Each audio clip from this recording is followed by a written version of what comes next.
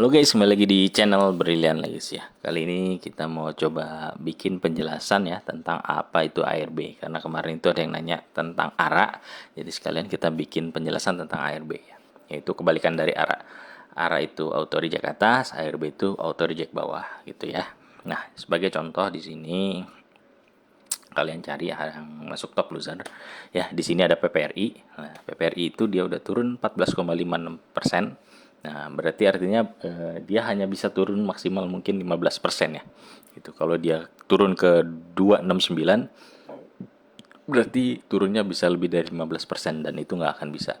Gitu. Jadi dibatasin di 15%.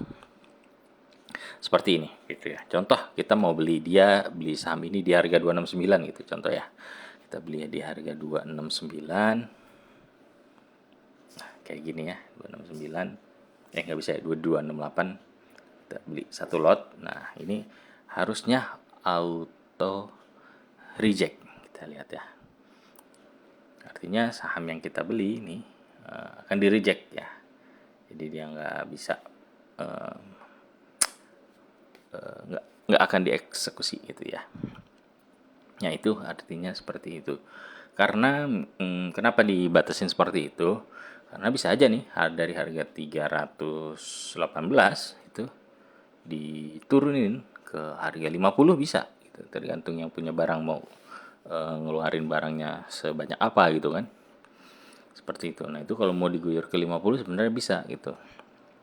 Tapi dengan ada pembatasan ARB ini ya kita maksimal dalam sehari menerima kerugian tuh di sekitar 15% ya gitu. Nanti ada yang 25%, 35% juga kalau nggak salah ya.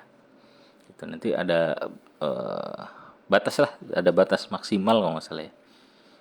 ARB itu gue belum update lagi yang terbaru gitu ya. Apakah ada pembatasan? Kalau dulu waktu COVID itu maksimal itu naik 35%,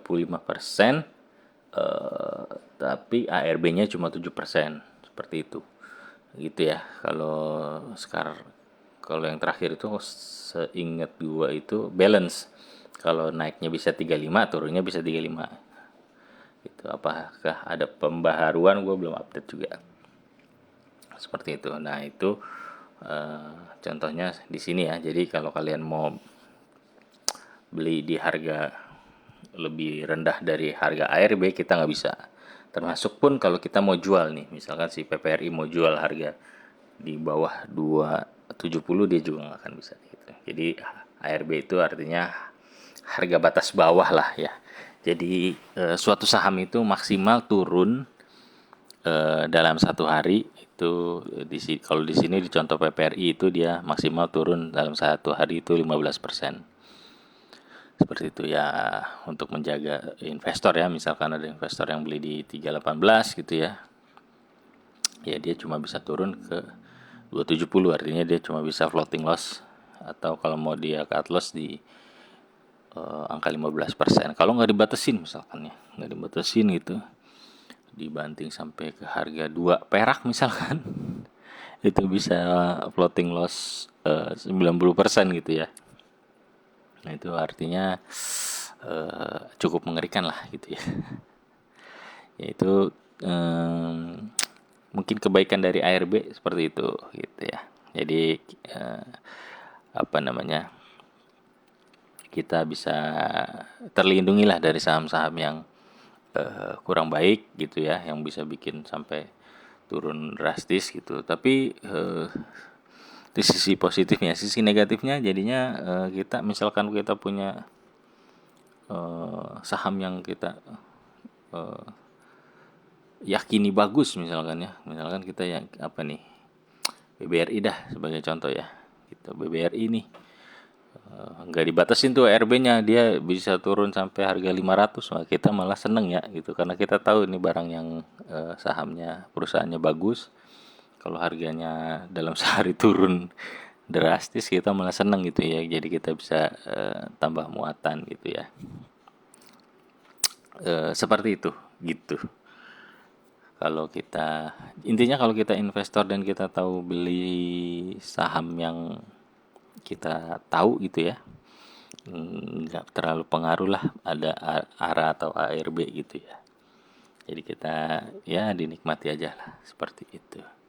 Semoga penjelasan tentang auto reject bawah ini bisa dimengerti ya. Tadi ya intinya adalah harga terendah suatu saham dalam satu hari, eh, batas harga terendah suatu saham dalam satu hari seperti itu. Kayak di sini kalau BBRI berarti maksimum ARB-nya di 3.300, kalau maksimum ARA-nya di 4.850. Itu nanti kalian bisa cek di sini. Di order book ada penjelasannya, ada keterangannya. Oke, sekian, terima kasih, semoga bermanfaat. Thank you.